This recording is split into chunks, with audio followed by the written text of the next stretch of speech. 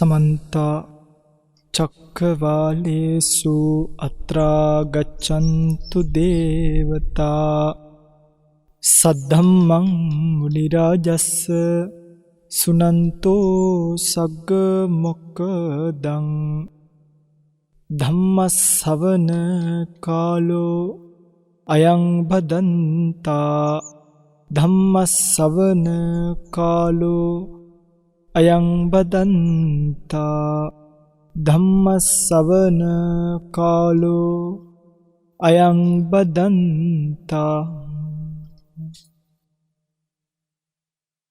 नमो तस्स भगवतो अरहतो सम्मा सम्बुद्धस्स नमो तस्स भगवतो अरहतो सम्मा सम्बुद्धस्स नमो तस्स भगवतो अरहतो सम्मा सम्बुद्धस्स। छतोहिको अहं थपति धम्मेहि समन्नागतं पुरिसपुग्गलं फඤ්ඤපේමීති।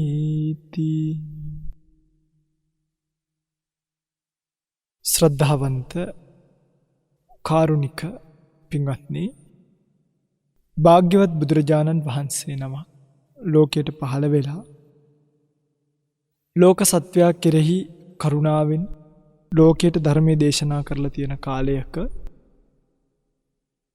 ඒ ධර්මයේ ශ්‍රවණය කරන්නට අවකාශ සලසා ගනිමින් අද දවසේ මේ පින්තුන් සූදානම් වන්නේ මෙලව පරලොව තමන්ට යහපත උදා කරන චතුරාර්ය සත්‍ය ධර්මයේ දේශනාවෙන් බිඳක් කෙටින් නමුත් ශ්‍රවණය කරන්නට.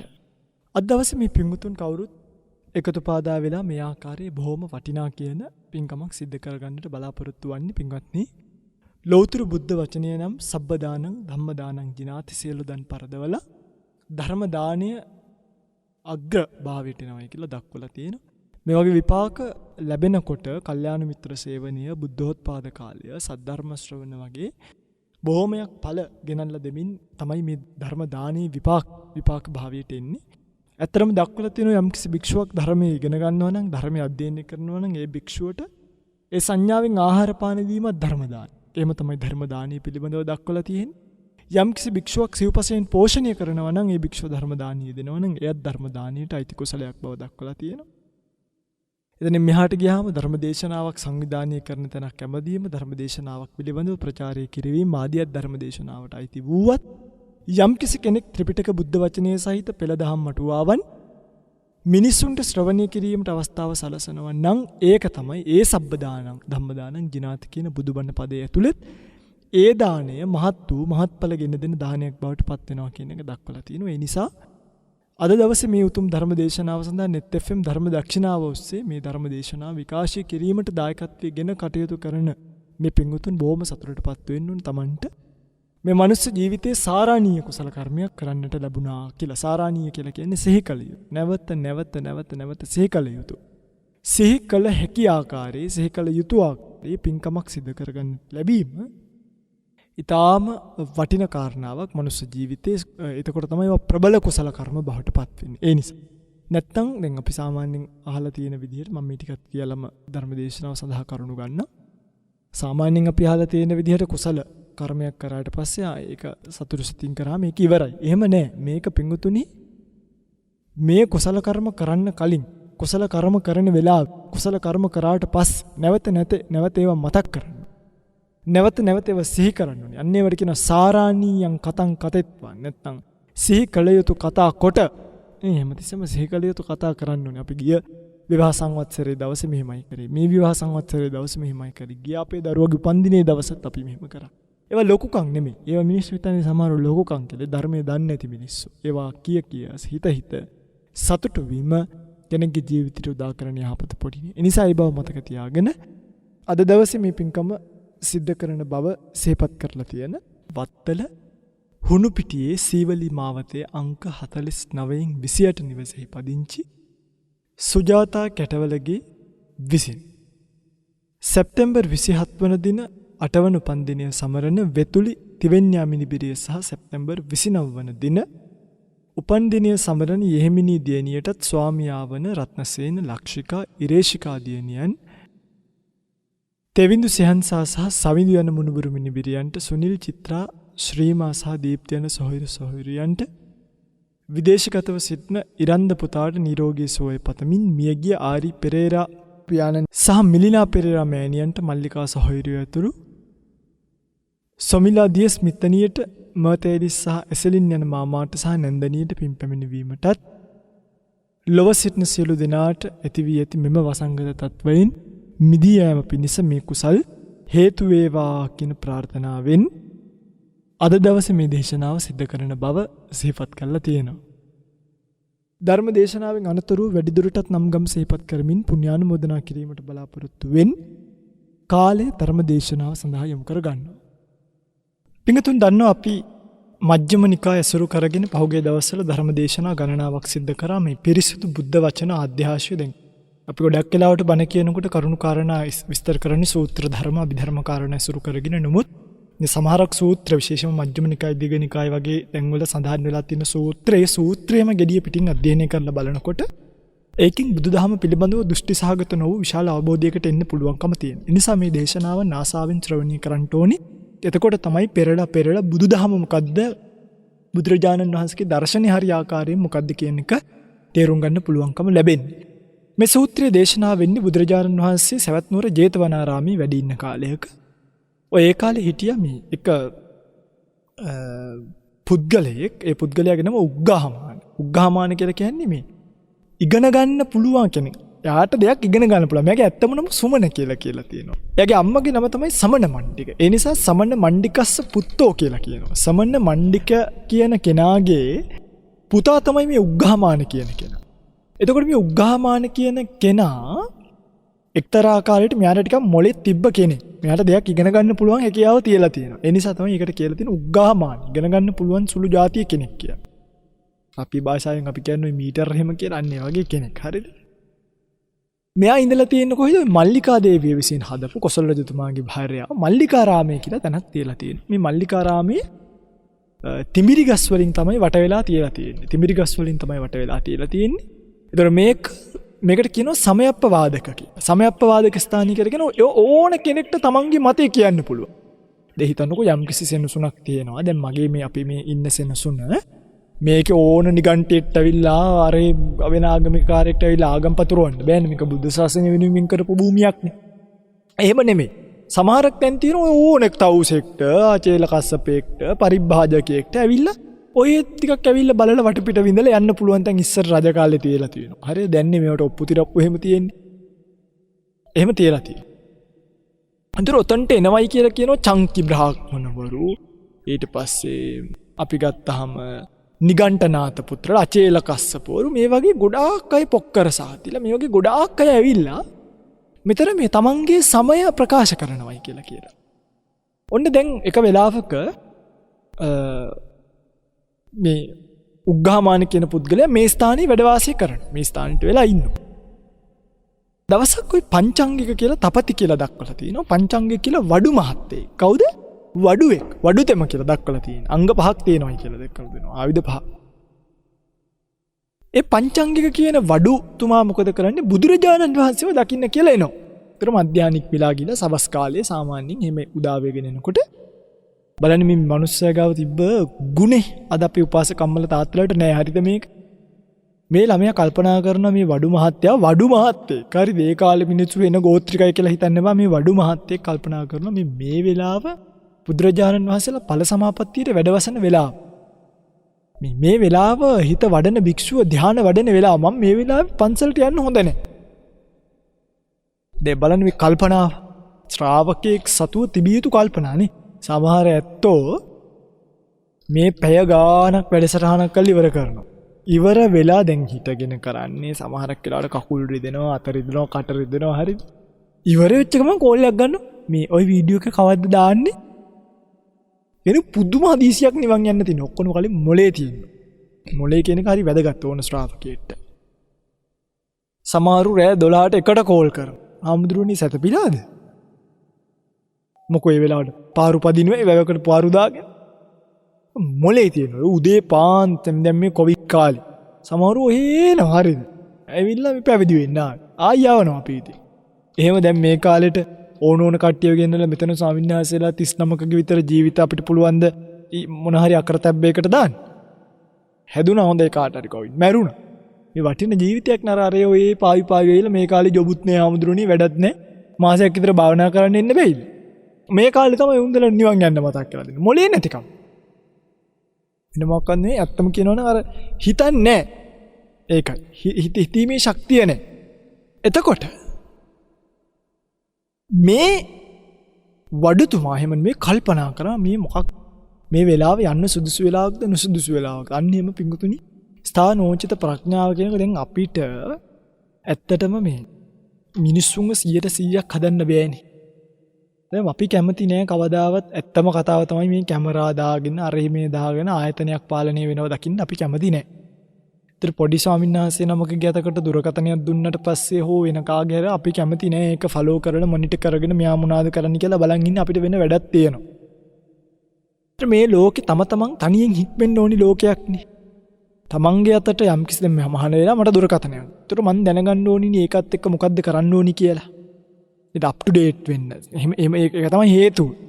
මොකක්ද එකක් ධර්ම කාරණාවක් ඉගෙන ගන්න, වෙනත් ස්වාමීන් වහන්සේ නමකගේ දේශනාවක් අහන්න, පොතක් PDF එකක් කියව ගන්න. ඒ වගේ පහසුකම් තියෙනවා. ලාම් එකක් තියාගන්න, වෙලාවක් බලා ගන්න, ස්ටොප් වොච් එකක් තියාගන්න.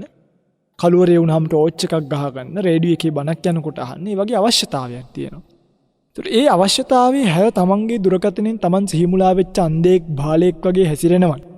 ඒක තමන්ගේ තියෙන දුෂ්ප්‍රඥකමනේ තමන්ට ඒව සසරට තියෙනවා. ඒක තමන්ගේ දුර්වලකම, තමන්ගේ නොහැකියාව, තමන්ගේ අන්ධකම, තමන්ගේ බාලකම, තමන්ගේ මුග්ධ බව, තමන්ගේ නොහැකියාව, තමන්ගේ නොසලකිලිමත් භාවය, වංචනික භාවය, කපටි භාවය මොනවද කියලා ඕනයක් කියන්නේ. ඒකට නෙමෙයි ඒ අවස්ථාව ලැබලා දීලා තියෙන්නේ. එතකොට දැන් අපිට සිද්ධ වෙනවා නම් ඕක පස්සෙන් ෆලෝ කරගෙන තේරෙනවද මං කියන එක? මට මේ කියන්න ඕනි ශාසනය කියන්නේ අපි නීති දාලා මේ වෙලාවට එන්න, මේ වෙලාවට හාමුදුරු හම්බෙන්න, මේ වෙලාවෙ පස්සේ කෝල් කරන්න කියන්න ඕනි තැනක් නෙමෙයි පින්මුතුලට ඔළුව තියෙන්නේ. හරි. දැන් ඇත්තට මට සමහරු කෝල් කරලා කියනවා දානි ඉවර වුණාන් පස්සේ 12යි කාලට විතර ස්වාමීන් වහන්සේ මම මේ දානට ඔබ වහන්සේ විවේක වෙන්නේ නැති කියලා හිතලා දානින් පස්සේ චුට්ටක් විනාඩියක් කතා කරන්න පුළුවන් කියලා හිතලා ගත්තේ. අන්න බලන්න කල්පනා කරලා ගන්න. සමහරු හපාන්දර පහට විතර ගන්න. ඔබ වහන්සේ උදේ අවදි වෙලානේ. එළාම් එකෝයි. ඒ වගේ අයට නිවන් යන්න බෑ. ඇත්තට මේ වගේ නිවන්. ඒක තමන්ට අවංකවම වැඩ කරන සමාජයක් බිහි වෙනකන් හිතලා බලලා තමන් තනියෙන් තනි පැත්තෙන් තීරණ ගැනීමේ හැකියාව තියාගෙන උපදිනකන් ලෝකයා කරන්නේ තමන්ට බැරි වෙච්ච දේවල් ආචාර්ය පරම්පරාවන් හෝ බුදුරජාණන් වහන්සේ හෝ බුද්ධ ශාසනය හෝ විකුණගෙන බඩ වඩා ගන්න එකක් යනවා විතරයි. මට කියන්න ඕනේ උනේ පංචාංගික කියන මේ බඩුතුමා බලන්න ලස්සන්ට කල්පනා කරා මේ වෙලාවට යන්න සුදුසු වෙලාවක්. අන්න නිසා තනියම කල්පනා කරන්න ඕනේ. අන්න එහෙම. පැහැදිලිද මම මේ කියන එක?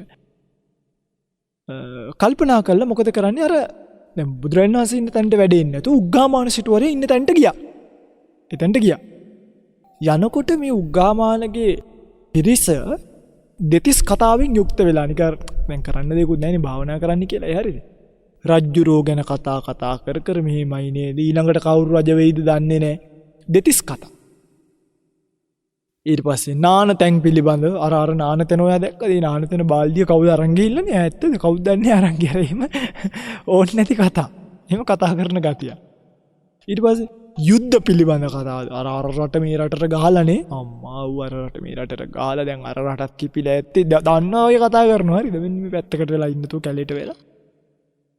එනිසා අන්නේ අටුවා ටීකා ටිප්පණි ලියන්න යන අය ඒවට නොදන්නේවට දෙතිස් කතාවෙන් තමයි යුක්ත වෙලා ඉඳියයි කියන්නේ. ඊට ඈත මේ පංචංග සිටුවරේ එන උග්ගාමාන කියන මේ පුද්ගලයා දකින්න. දැකලා කට්ටියට කියනවා මේ සද්ද කරන්න එපා. අන්න එනවා මේ බුදුරජාණන් වහන්සේගේ අර ගෞතම කියන ශාක්‍ය ගෞතමයන්ගේ මේ ශ්‍රාවකෙක් කෙනා. ඔය උන්දලා නිහඬ කමට හරි කැමති. නිහඬ වෙලා ඉන්න පිරිසක් විසින් හික්මෝපු අය. නිහඬ වෙලා ඉන්න පිරිසක් විසින්. ඒ නිසා නිහඬ කමට හරි කැමති. අස අපි නිහඬව ටිකක් කියමු. කියලා ඔන්න හිටියා. ඊට පස්සේ ඔන්න දැන් පංචාංගික එයා මොලේ තියෙනවනේ. පංචාංගික බ්‍රාහ්මණයා ආවා. දැන් මේ අර ඒ කතාවත් ලස්සනයි. මේ කූට බවක් නේ. මේ කූට බවක්. මොකද එනකොට සද්ද නැතුව ඉන්නේ. දැන් ඕක තියෙනවා වර්තමානයේ ගොඩාක් තැන්වල මම දැකලා තියෙනවා. ආයතනය විනයගරුකයයි පෙන්වන්නේ. හරි. ආයතනය හරීව පිළිවෙලයියි පෙන්වන්නේ. ස්වාමින් වහන්සේලාව රොබෝලා කරන්නේ. දැකලානේ. ලස්සනයි. දානශාලාවට පිණ්ඩපාතේ පොලිමේ ඇවිල්ලා දානි කරන් එකටම යනවා. ඒක පිළිවෙලයි. හැබැයි මිනිස්සුන්ව නලවන්න නෙමෙයි මගේ පිංගුතුනි දානශාලාව තියෙන්නේ. දානශාලාව තියෙන්නේ මේ පිළිවෙත් පුරන භික්ෂුවට නිදහසේ දානේ වළඳලේ. ඔබ කවදා හරි දවසක සුජාත පුත්‍රයෙකුට මම මේ කියන්නේ අපිට මේ ශාසනය නොතේරෙනව නෙමෙයිනේ. ඔබට කවදාවත්ම බලාගන්න බැරි වෙන දර්ශනයක් තමයි දානෙට පොලිමේ වඩින හාමුදුරුවෝ. මොකද ඔබ ආවට පස්සේ පූජාව තියලා ස්වාමින්වහන්සේලා ඔබ දානි ටික පිළි අරගෙන අදාළ ස්වාමින්වහන්සේලා එක නමක් හෝ දෙනම ඔබ දානශාලාවෙන් ටිකක් එළියට ගිහලා නිදහසේ ඉන්න දෙයි. ස්වාමින්වහන්සේලා නිදහසේ කැලේ මැද්දෙන් ඇවිල්ලා පොඩි පාරවල් වලින් එන්නේ. මහා විශාල මේ මධ්‍යස්ථ පාර ඇවිල්ලා තම තමන්ගේ වෙලාවෙන් දානි වළඳලා අනතුරු භුක්තානුමෝදනාවට වෙලාවක් තියලා තිනවා. ඒ වෙලාවට භුක්තානුමෝදනාව සිද්ධ කරන ඔබට අහන්න වෙයි. ඒකට තමයි gediya තියෙන්නේ. නැත්තම් මේ කට්ටිය 11 ඉඳන් පොලිමේ හැංගිලා බලන් ඉඳලා කට්ටිය දායකයෝ ඇවිල්ලා දන්නේ. සමහර කැලේ ඉඳන් සෙරප්පු දාන් ගිහලා දායකයන්ට පෙන්නන්න සෙරප්පු ගලවනවා. හරිද? අපි නම් කබ්බම්ම දාවයි. ඔබ ආවත් සෙනසුනට අපේ ස්වාමින්වහන්සේලාගේ දිහාරි බැලුවොත් මම මේ කියන්නේ මේ බොරුව කරන්න හොඳ නැහැ. මේ කූටකම පෙන්වන්න හොඳ නැහැ. ආයස්මා සෙරප්පු නැතු වෙනවා නම් කුටි ඉඳන්ම නැතු වෙන්න.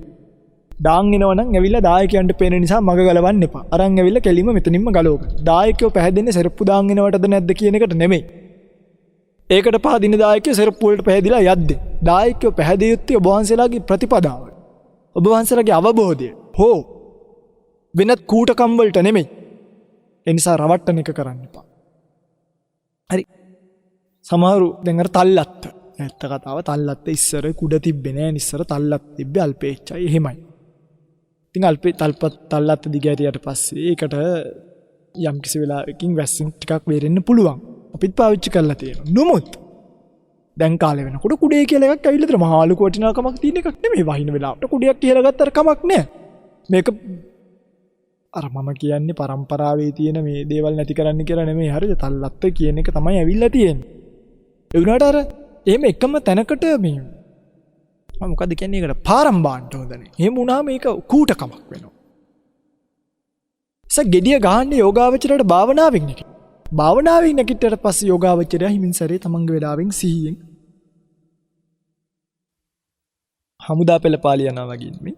තමන්ගේ වෙලාවෙන් නිදහසේ දානශාලාවට ඇවිල්ලා දානි වළඳලා යන නිදහස් සේනාසනයක් තියෙනවා. එහෙම සේනාසනයක තමයි අපිට පිළිවෙත් පුරන්න පුළුවන්. නැත්තම් අපි රොබෝල වගේ කූඩැල්ලෝ කකා කූඩැල්ලෝ එල්ලි හැකරැල්ලෝ කකා තරපයෝ යකා අනිත් කෙනා එනකන් පාත්‍රේ හොරාට තියාගෙන මෙහෙම කරලා බලන් ඉන්න ඕනේ දායකයන්ට පෙයිද කියලා. මොකක්ද මේ කතාව?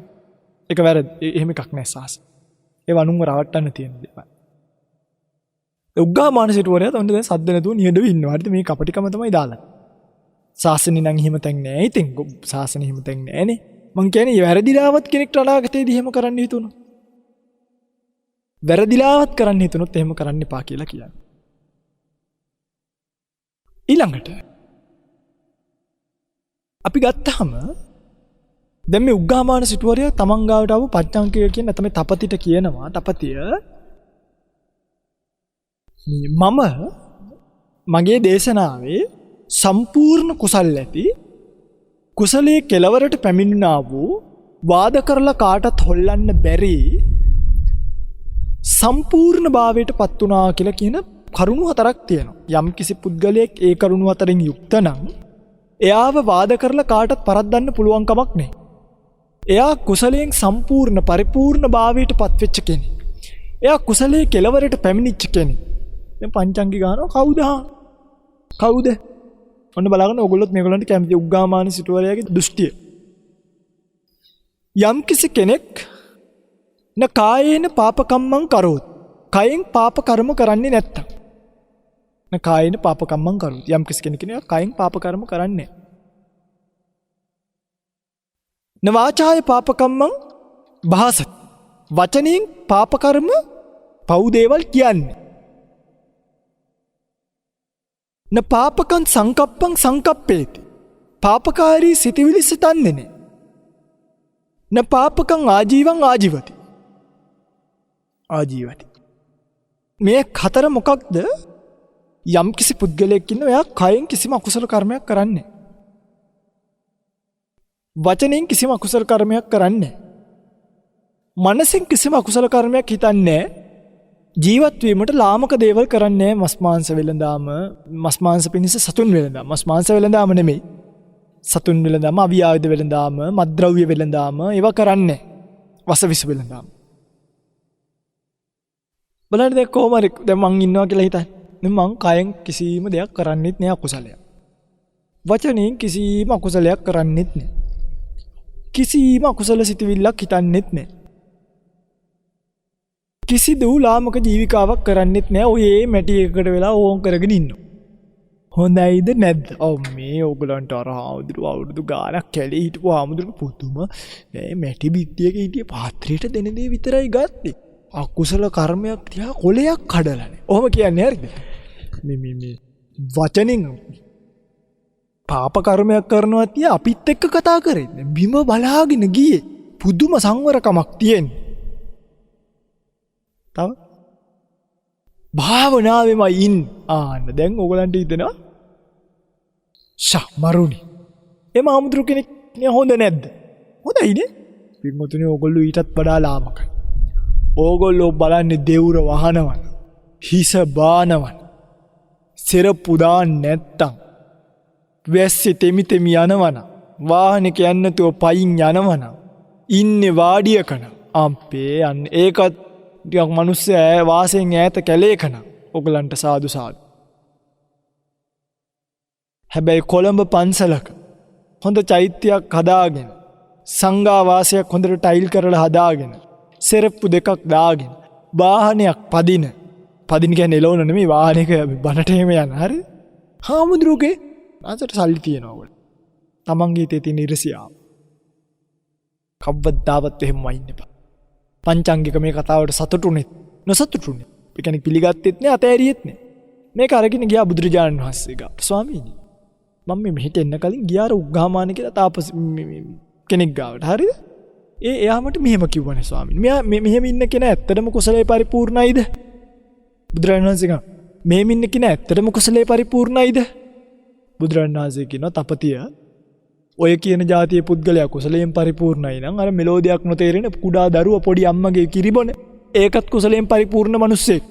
කාටත් වාද කරලා ඔල්ලන්න බැරි මිනිස්සෙක්. කුසලයේ කෙලවර පැමිණිච්ච මිනිස්සෙක්. එයා වෙන පරිපූර්ණ ශ්‍රමණයෙක්. ඇයි? ඒ ළමයාට පුළුවන් ද කායිකව අකුසල කර්මයක් කරන්න. ඒ ළමයා කරන්නේ මදුරුවෙක් හරි මැස්සෙක් හරි කැහම පොඩ්ඩ අතපය හොල්ලෝ ගන්න එක විතරයි. කිසිදු වෙලාවක කයින් අකුසල කර්මයක් කරන්නේ. පැහැදිලිද? එතකොට එයා එහෙනම් අන්න එයා වාද කරන්න බැරි එක්කෙනෙක්. එතකොට එයාට පුළුවන් ද වචනෙන් බොරු කියන්න, වචනෙන් පාප කර්ම කරන්න. ඒ ළමයාට පුළුවන් යන්තම් අඬන්න විතරයි. යන්තම් අඬනවා විතරයි නේ කරන්නේ. එහෙනම් එයා එතනනුත් පිරිසිදු කෙනෙක්. ඒ ළමයාට පුළුවන් ද ලාමක සංකල්පනා හිතන්න. ඒ ළමයාට මෙලෝදියක් හිතෙන්නේ නැහෙනේ. චිත්තාරම්මණයක් පවතින මම ඒක පස්සේ කියන්න. මෙලෝදියක් හිතන්නේ නැහෙනේ.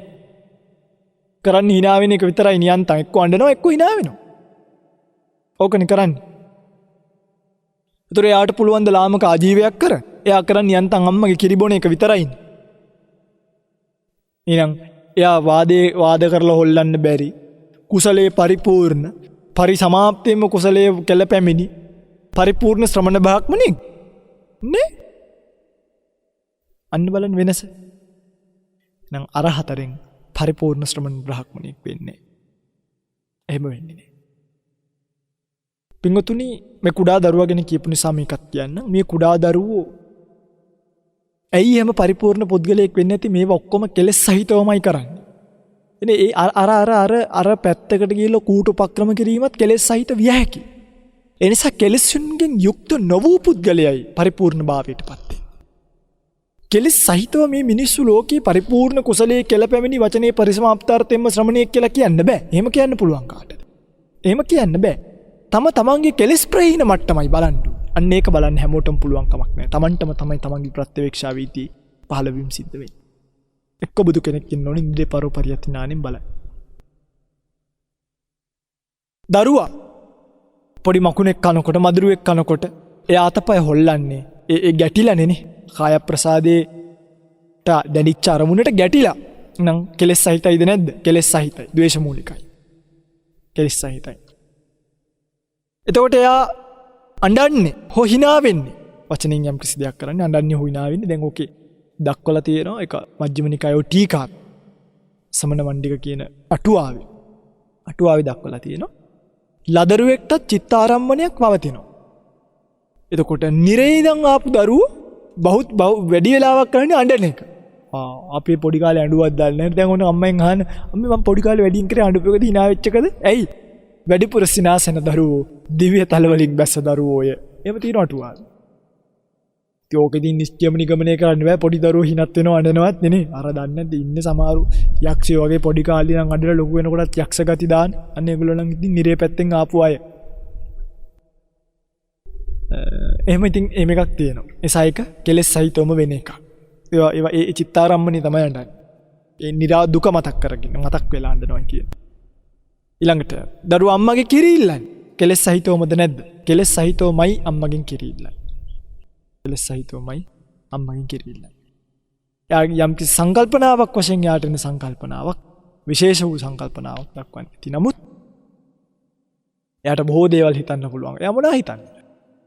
සංකල්ප මාත්‍රය කියලා දක්වලා තියෙන්නේ සිනාසීම් මාත්‍රයක් විතරයි.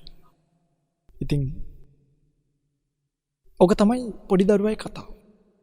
බුදුරජාණන් වහන්සේ සිහිපත් කරන පංචාංගික බ්‍රාහ්මණයාට පංචාංගික නැත්නම් තපතිය මම කරුණු හතරකින් යුක්ත කෙනෙක් ගැන ඔබට කියන්න.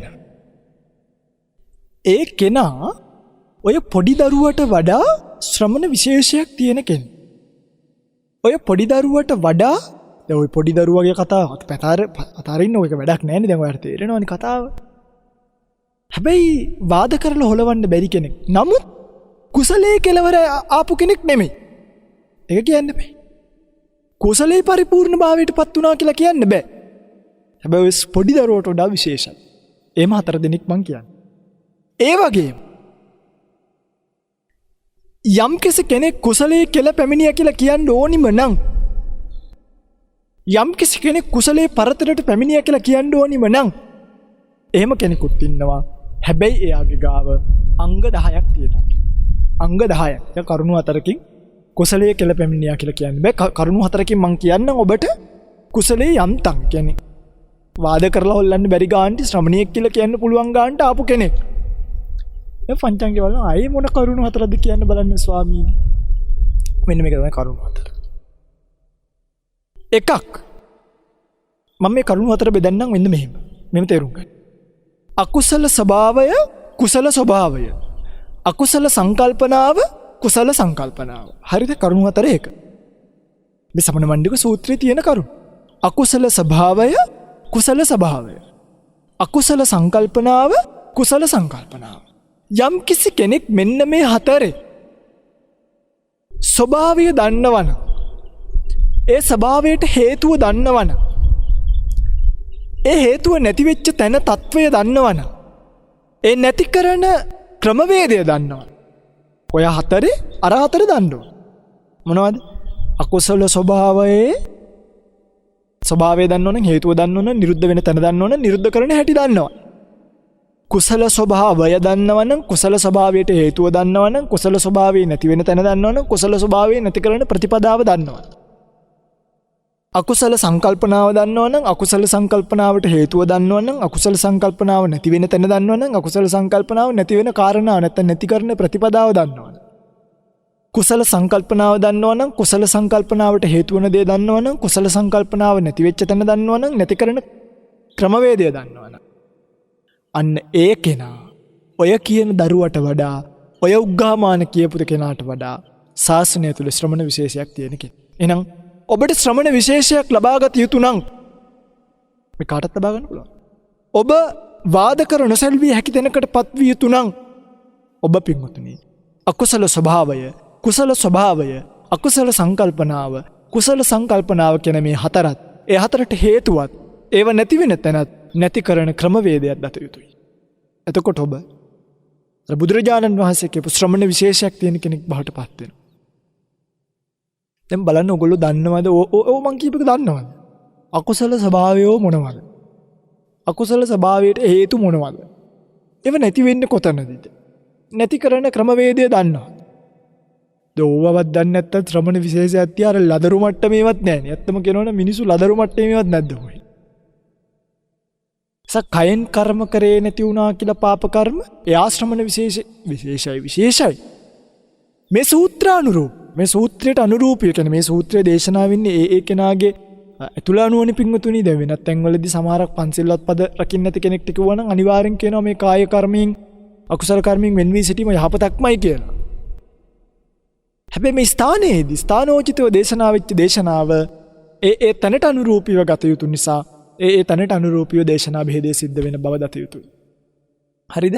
එතකොට ඒ දේශනා භේදයේ පින්වතුනි අවබෝධයක් තියෙනවා. ඒ දේශනා භේදයේ සූත්‍රාන්තික ස්වාමීන් වහන්සේලාට වර්ධිනව සමහරක් වෙලාවට අභිධර්මයේ පිළිබඳව එහෙම දැනුමක් නැත්තම්. ඒකයි. සූත්‍රාන්තික ස්වාමීන් වහන්සේලාට වර්ධිනව අභිධර්මයේ පිළිබඳව දැනුමක් නැත්තම්. අන්න ඒකයි ඒක දක්වලා තියෙන්නේ. දැන් ඔය සිත පිළිබඳව සූත්‍රවලදී විග්‍රහ කරන්නේ කොහොමද මේ? චිත්ත, මන, ඊට පස්සේ විඥාන එහෙම කියනවා නේද? ඉන්ද්‍රිය වශයෙන් ගත්තාම මන ඉන්ද්‍රිය කියලා දක්වනවා. චක්කු, සෝත, ගාන, જીවා, කාය, මන එහෙම දක්වනවා. ඊට පස්සේ මදුපිණ්ඩක වගේ සූත්‍ර න්‍යායන් ගත්තාම චක්කුංචාවසෝ පටිච්ච රූපේච උපජ්ජිත චක්කු විඥානං. එතෙන්දී හිත දක්වන්නේ විඥාන කියලා. නේ අභිධර්මයේදී දක්වන්නේ චිත්ත කියලා විතරයි.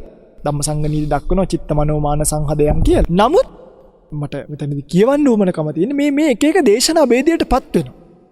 අර විසිතුරු ස්වභාවයෙන් සියලු දේවල්ම ගන්න පුළුවන් ස්වභාවයෙන් චිත්ත කියලා කිව්වන්නේ වගේ.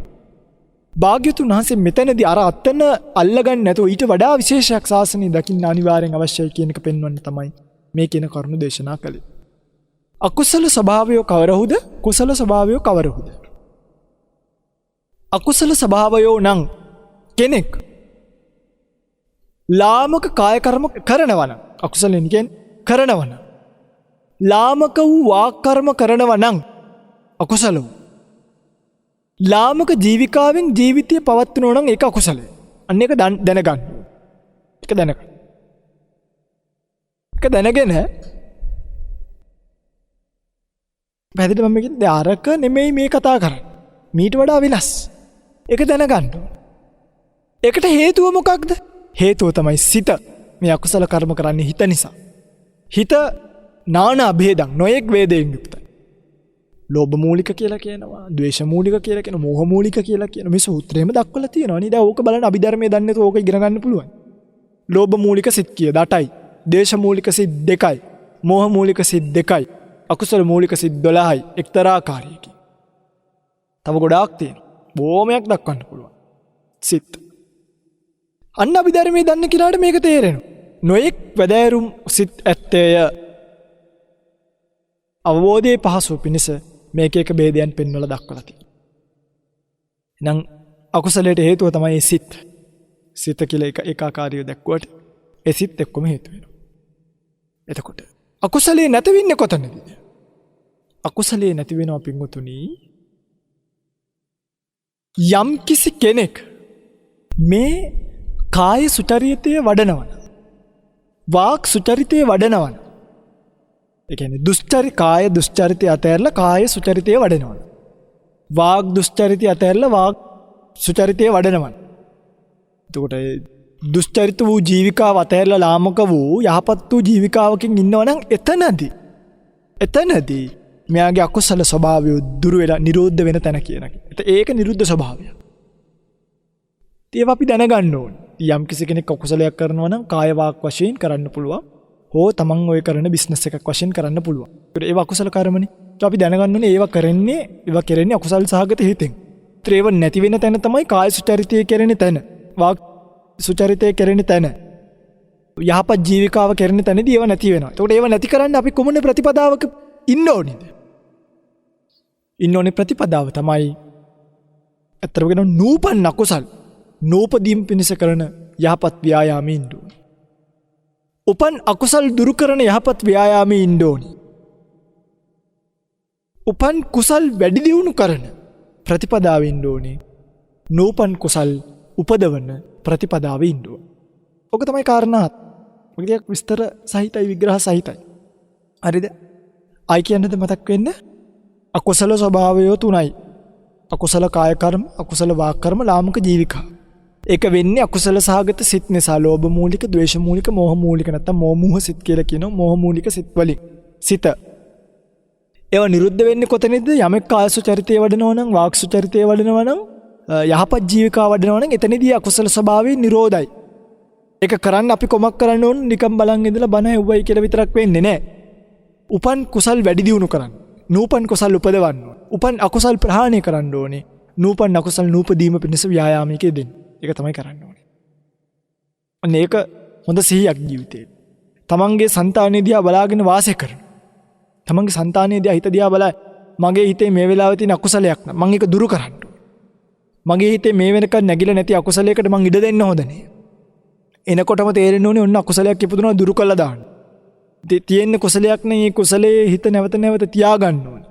නොයිපදිච්ච කුසලයක් තියෙනවා නම් ඒ කුසල් වැඩි දියුණු කරන්න. අන්න ඒවා කරන්න. කෙනෙක් ජීවිත කාලෙම භාවනා කරලා නැහැ. බය නැතුව අරගෙන කරන්න ඕනේ. එතකොට නූපන් කුසල් වැඩි දියුණු වෙයි. අන්න ඒක තමයි ස්වභාවය. කුසල ස්වභාවය කවරහුද? කුසල ස්වභාවය. කුසල ස්වභාවයත් පින්වතුනි දැන් අතන කිව්වා කුසල කාය කර්මයි. මේක කුසල කාය කර්ම. සුචරිත කාය කර්මයි. සුචරිත වාක් කර්මය. යහපත් ජීවිකාව ඒවට කියන කුසල ධර්මයි. කුසලයට හේතු මොනවද? කුසලයට හේතුත් හිතමයි. ඉදිරි කුසල් කරත් සසරේ අකුසල් කරත් සසරේ. කුසලයට හේතුත් හිතමයි. යම් කෙනෙක් නානා ප්‍රභේද සහිත වූ ඒ කියන්නේ දැන් තියෙනවා ඉන්නේ සෝමනස්ස සහගත කියයි ඥාන සම්පයුක්ත කියයි මේ ආකාරයේ නොඑක් ආකාර කුසල් වලින් තමන්ට කුසල් කරන්න පුළුවන්කම තියෙනවා. ඒක තමයි හේතු. කොතනදීද මේක නිරුද්ධ වෙන්නේ? කුසල් නිරුද්ධ වෙන්නේ අප්පා. කුසල් නිරුද්ධ වෙන්නේ කොතනද? කුසල් නිරුද්ධ වෙන්නේ අකුසල කාය කර්ම කරද්දී නෙමෙයි හරිද? ඒ කියන්නේ අකුසලයක් නිරුද්ධ කරලා කුසලයක් නිරුද්ධ කරන්න. මේ කියන්නේ මුලින්ම අකුසලේනි කිව්වේ නැත්තම් බුදුරණවහන්සේ තිබ්බන්නේ මුලින්ම කුසලයේ කිය. මුලින්ම අකුසලයේ කිව්ව අකුසලයේ නිරුද්ධ කරලා යාට ඉතුරු වෙන්නේ කුසලය. දැන් එයා දැනගන්න ඕනේ කුසලයේ නිරුද්ධ වෙන්නේ කොහොමද? ඒක කුසලයේ නිරුද්ධ වෙන්නේ අකුසලයේදී නෙවෙයි. එතකොට ආයි මොන්ඩිසෝරි මුලට ගිහිල්ලා. මුලට ගිහින්. එතනට නෙමෙයි ආයි යන්නේ ෆෝවර්ඩ් වෙන්න ඕනේ ඉස්සරහට. කුසලයේ නිරුද්ධ වෙන්නේ යමෙක් සිල්වත් නම් නැවත රැකිය යුතු සීලයක් නැති අරිහත් සමාධියෙන් අරිහත් ප්‍රඥාවෙන් යුක්ත වුණා නම් එතනදී ඒ කුසල් නිරුද්ධ වෙනවා. තේරුණානේ? මහරහතන් වහන්සේ නමකට ඒකයි කුසල සිත් එන්නේ නැත්තේ. ඔගොල්ලෝ අහලා ඇති. අපි කුසල හිත් ගත්තට පස්සේ කුසල සිත් වල තියෙන ප්‍රභේද තුනක්. දැන් කාමාවචර සිත් ගත්තාම කාමාවචර සිත් වල කාම සෝබන සිත් කියලා කොටාසයක් තියෙනවා. මේ කාම සෝබන සිත් 20ක් නැත්නම් 24ක් තියෙනවා. ඒවා කොටස් තුනකට බෙදෙනවා. කුසල සිත් 8යි, ක්‍රියා සිත් 8යි, විපාක සිත් 8යි කියලා. එහෙම තමයි 8යි 16යි 16යි 8යි 24ක් වෙන්නේ. සාමාන්‍ය පෘථග්ජනයෙක් හෝ සම්පූර්ණ රහත් භාවයටපත් නොවිච්ච කෙනෙක් කුසල කර්මයක් කරද්දී මේ කුසල් හිත් වලින් කරන්න පුළුවන්. හැබැයි රහතන් වහන්සේ නමක් මලක් පූජා කරද්දී කුසලයක් වෙන්නේ නැහැ. මොකද කර්ම ක්ෂය කරලා තියෙන්නේ. එනිසා ඇති වෙන්නේ ක්‍රියාසිත. එතකොට උන්වහන්සේලා ධානය වඩද්දී එහෙමයි. ධානත් රූපාවචර සිත්, කුසල් සිත්, ක්‍රියාසිත, විපාක සිත් කියලා කොටස් තුනක් තියෙන. රූපාවචර කුසල් සිත් 5යි, රූපාවචර ක්‍රියාසිත 5යි, රූපාවචර විපාක සිත් 5යි. විතක්ක ਵਿਚාර, පීති සුඛ ඒකග්ගතා සහිත ප්‍රථම ධානය, ဒုတိ ඒ වගේම විතක්කයෙන් වෙනවා ဒုတိ ධානය, ਵਿਚාරයෙන් වෙනවා තෘතිය. එහෙම ධානය 5ක් තියෙනවා. සාමාන්‍ය මිනිස්සෙක් රූපාවචර ධානයක් වන්නකොට විපාක වශයෙන් රූප ලෝකේ උප්පත්තියක් ලැබෙන්න පුළුවන්. රහතන් වහන්සේ නමක් රූපාවචර ධානයක් වඩනකොට ක්‍රියාසිතින් තමයි වැඩිම සිද්ධ කරන්නේ. ඒක ආයි උප්පත්තියකට යන්නේ. අරූපාවචරත් එහෙම. උන්වහන්සේලාට අරූපාවචර ධානය වඩන්නත් පුළුවන්. අරූපාවචර කුසල් කියලා 4ක් තියෙනවා. ආකාසානංචායතන, විඥානංචායතන, ආකින්චඤ්ඤායතන, නේව සංඥා නාසඤ්ඤායතන. ඒකේ ක්‍රියාසිත 4කුත් තියෙනවා. ඒ නමින්. අරක කුසල්සිත මේක ක්‍රියාසිත. ඒකම විපාක 4කුත් තියෙනවා. તો කුසල් කරන අයට විපාක ලැබෙනවා, ක්‍රියා කරන අයට විපාක ලැබෙන්නේ. ඔන්න ඒක තමයි මහරහතන් වහන්සේ නමක් ළඟට ආවට පස්සේ ඔකෙදි මේ කියන කුසලයක් නිරුද්ධ වෙනවයි කියලා දක්වලා තියෙනවා. පැහැදිලිද මම මේ කියන්නේ? ලෝකෝත්තර සිත් වලට ආම ඒක නම් ওই ක්‍රියාසිත කියලා එකක් නෑ. ඒකේ තියෙන්නේ මාර්ග නැත්තම් කුසල් සිත් සහ ඵල සිත් කියලා. විපාක සිත් වලටම තමයි මේ ඵල සිත් කියලා කියන්නේ. මාර්ග සිත් කියලා එක්තරා ආකාරයකට ව්‍යවහාර කරන මාර්ග සිත් නැත්තම් ඵල සිත් විතරයි තියෙන්නේ. ඒක ක්‍රියාසිත නෑ. ඒකට හේතුව තමයි ඕනම රහතන් වහන්සේ නමකට හෝ කාට හරි මාර්ග චිත්තය ඇති වෙන්නේ එකපාර. ඒ නිසා ඒක ක්‍රියාසිතක උමනාවක් නේ. කෙලින්ම ඵලසිත විතරයි ඊට පස්සේ ඇතිවීම සිද්ධ වෙන්නේ. ඒ වගේ නැවත විපාක සකස් කරන්නේ නැහැ. පැහැදිලිද? ලෝකෝත්තර නවලෝකෝත්තර ධර්ම කියලා කියනවා. අන්න ඒ වගේ. එනිසා ඒක සඳහා කුමක් කළ යුතුද? එතනට ළඟාවීම සඳහා කුමක් කළ යුතුද? එතනට ළඟාවීම සඳහා අර පෙර කියූ විදිහටම නූපන් අකුසල් නීපදීම පිණිසත්, උපන් අකුසල් ප්‍රහාණය පිණිසත්, උපන් කුසල් වැඩි දියුණු කිරීම පිණිසත්, නූපන් කුසල් ඉපදවීම පිණිසත් වීරිය කළ යුතුයි. එහෙම වීරිය කරන කෙනාට අන්න ඒගොල්ලෝ ටිකක් ශාසනීය විශේෂ. එහෙම ඒක දන්න කෙනා හරි. ඒක දන්න කෙනා. ඊළඟට පියන් අපිට කාල වේලාවත් එච්චර ප්‍රමණ නැති නිසා පියන් අකුසල ස්වභාව, අකුසල සංකල්පනානේ. අකුසල සංකල්පනාව දුරු කරන්න එක. අර අකුසල කාය කර්ම වාක් කර්ම විතර මේක අකුසල සංකල්පනා. ඒ අකුසල සංකල්පනාව මොනවද? අකුසල සංකල්පනාව කියන්නේ මොනවද? ඔයගොල්ලෝ අහලා ඇති. කාමයන් පිළිබඳව සංකල්පනාව. ව්‍යාපාදයේ පිළිබඳව සංකල්පනාව, විහිංසාව පිළිබඳව සංකල්පනාව. කාම සංකල්පනා, ව්‍යාපාද සංකල්පනා, විහිංසා සංකල්පනා වලින් තොර වෙන්න ඕන. ඒක දැනගන්න ඕනේ. මේ කාම සංකල්පනාව කියන්නේ අකුසල සංකල්පනාව. ව්‍යාපාද සංකල්පනාව කියන්නේ අකුසල සංකල්පනාවක්, තරහ වෛරකම. විහිංසා සංකල්පනාව නැත්නම් අනිත් අයට හිංසා කිරීමේ සංකල්පනාව අකුසල ස්වභාවය. ඒව ඇති වෙන්නේ මොකක් නිසාද? සංඥා නිසා. ඒකට හේතුව තමයි සංඥා. කාම සංඥා නිසා කාම සංකල්පන ඇති වෙනවා. ව්‍යාපාද සංඥා නිසා ව්‍යාපාද සංකල්පන ඇති වෙනවා. විහිංසා සංඥා නිසා ඒ සංඥාවල් වලට අනුරූපීව තමයි ඒව ඇති වෙන්නේ. හේතුව. ඒව නැති වෙන්නේ කොතනද? ප්‍රථම ධානයේ. විතක්ක විචාර පීති සුඛ ඒකග්ගතා සහිත ප්‍රථම ධානයේදී ඒව නැති වෙනවා. ඉස්කම්මන වශයෙන් ප්‍රහාණය වීමක් සිද්ධ වෙනවා. හරි? නැති වෙන්නේ කුමක් කළ යුතුද? නූපන් කුසල් උපදවන්න. උපන් කුසල් වැඩි දියුණු කරන්න. උපන් අකුසල් දුරු කරලා දාන්න. නූපන් අකුසල් නූපදවීම තියෙන තත්වෙට හිතපත් කර යුතුයි. ඒක තමයි එතනදී දක්වලා තියෙන්නේ. කුසල සංකල්පනාව කවරවද? දැන් ඔයගොල්ලන්ට තේරෙනවා. කුසල සංකල්පනාව තුනයිනේ. අරකෙම අනිත් පැත්තේ විරුද්ධ තුන. නෙක්ඛම්ම සංකල්පන, අව්‍යාපාද සංකල්පන, අවිහිංසා සංකල්පන. නෙක්ඛම්ම සංකල්පනා කියලා කියන්නේ අතහැරීම පිළිබඳ වූ සංකල්පනාව. අන්න ඒක අපිට තේරුම් ගන්න. අපි නෙක්ඛම්ම සංකල්පනාවෙන් යුක්ත කෙනෙක්ද? ඒවා දැනගෙන හිටියාම තමයි වඩන්න පුළුවන්. නෙක්ඛම්මයේ පිළිබඳව සංකල්පනාවක් කෙනෙක්ට තියෙනවා නම් ඒක කුසල සංකල්පනාව. එතකොට ඒක නෙක්ඛම්මයේ ඇති වෙන්න හේතු මොනවද? නෙක්ඛම්මයට බර සංඥා. ව්‍යාපාදයට බර සංඥා. ව්‍යාපාදයට නෙමෙයි අව්‍යාපාදයට. අවිහිංසාවට බර සංඥා. මේවා නිසා නෙක්ඛම්ම සංකල්පන ඇති වෙනවා. මේ කුසල සංකල්ප නිරුද්ධ වෙන්නේ කොතනද? අනේක ප්‍රශ්නයක්. ඒ කුසල සංකල්ප නිරුද්ධ වෙන්නේ ද්විතිය ධානයේදී සූත්‍රාන්ත ක්‍රමයට කියනවා. සූත්‍රාන්ත ක්‍රමය. අභිධර්මාන්ත ක්‍රමයට කිව්වොත් තෘතිය ධානය. කියන්නේ විතක්ක ਵਿਚාර දෙක නැති වෙනවනේ.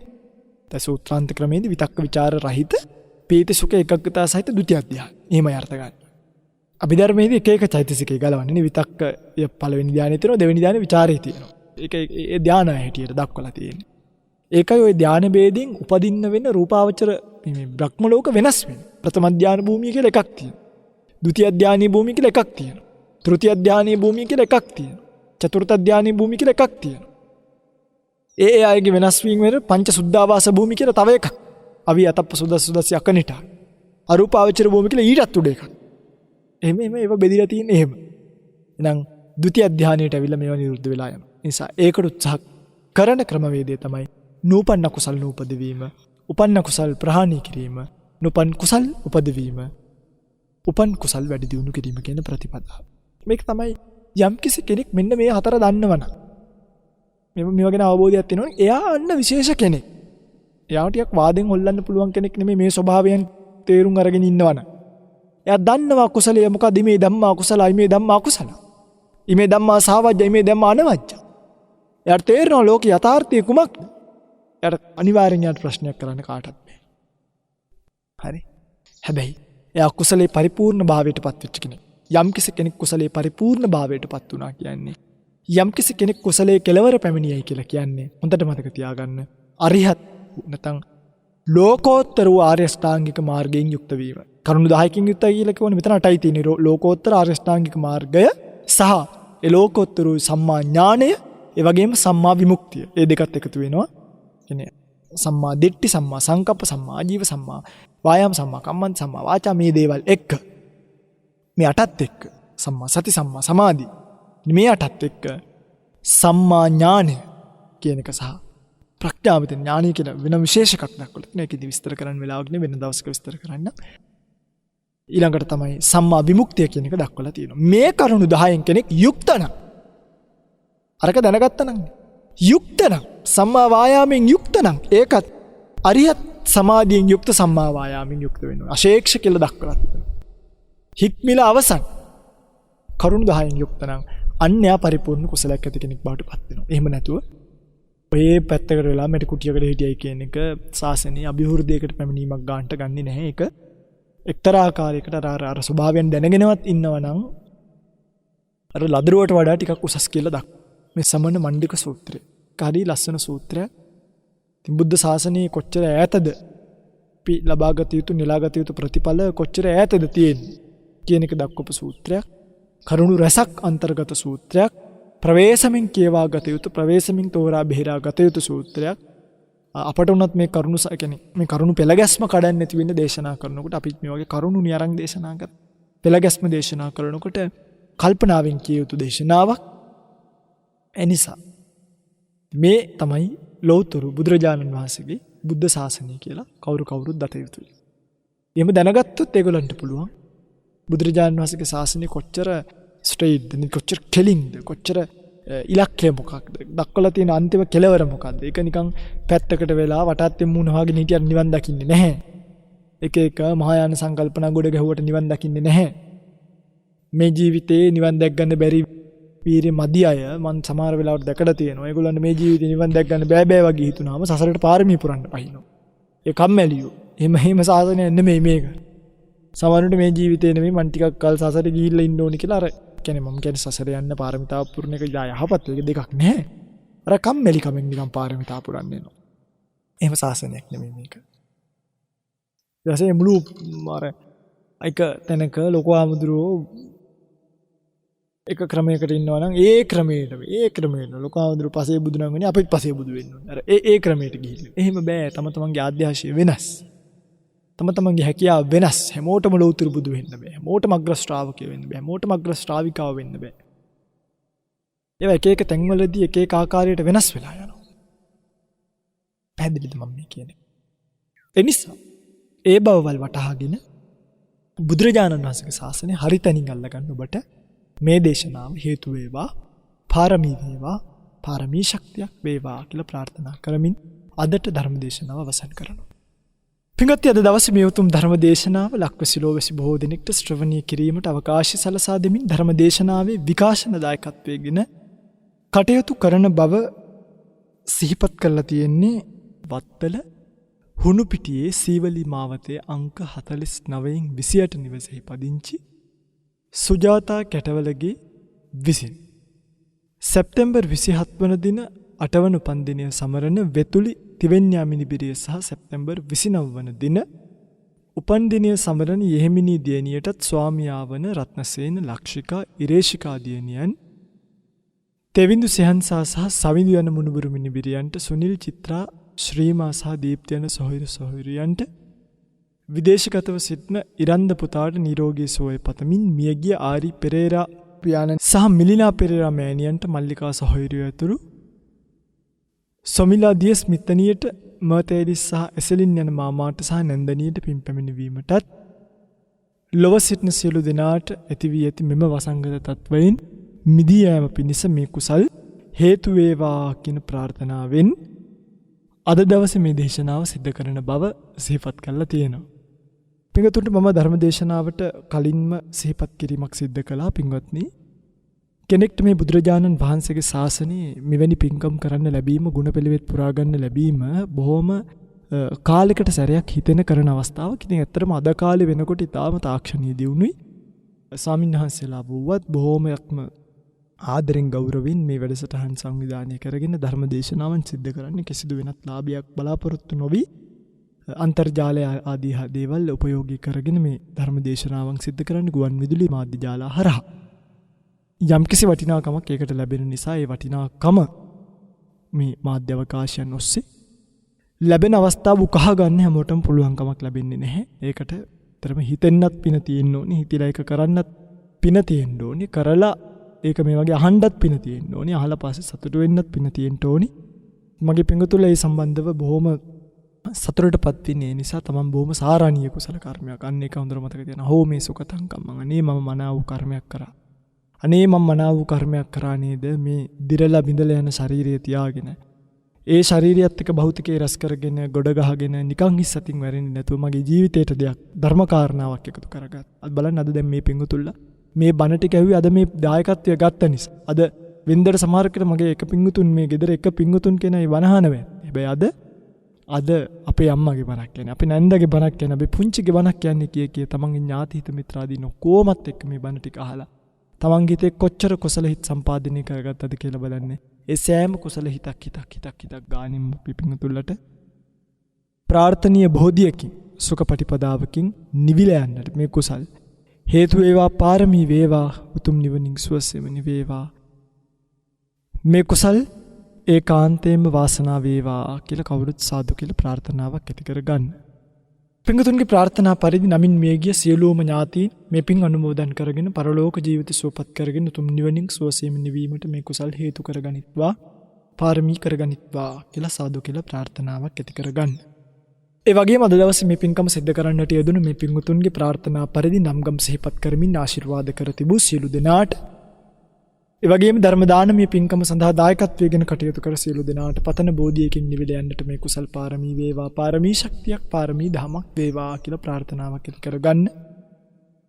විහෙර විහාර ගම්දන වනසෙනසුන් ආරක්ෂා කරන සියලු දෙවියෝ මේ පින් අනුමෝදන් කරගෙන දෙව්ලොව සැනසෙත්වා දෙවියන්ද පතන බෝධියකින් උත්තරීතර නිර්වාණ ධාතුව සුවසේම සාක්ෂාත් කරගනිත්වා උතුම් නිවනින් සුවසේම නිවේවා කියලා කවුරුත් සාදු කියලා ප්‍රාර්ථනාවක් ඇති කරගෙන දෙවියන්ට පින් අනුමෝදන් කරමු. ආකාසට්ටා ච භුම්මට්ටා දේවා නාග මහිද්దికා පුඤ්ඤන්තං අනුමෝදිත්වා චිරං රක්칸තු ශාසනං ආකාසට්ටා ච භුම්මට්ටා දේවා නාග මහිද්దికා පුඤ්ඤන්තං අනුමෝදිත්වා චිරං රක්칸තු දේශනං ආකාසට්ටා ච භුම්මට්ටා දේවා නාග මහිද්దికා පුඤ්ඤන්තං අනුමෝදිත්වා චිරං රක්칸තු මං පරන්ති. හැම දිනෙකටම සම්මා සම්බුදු සරණයි.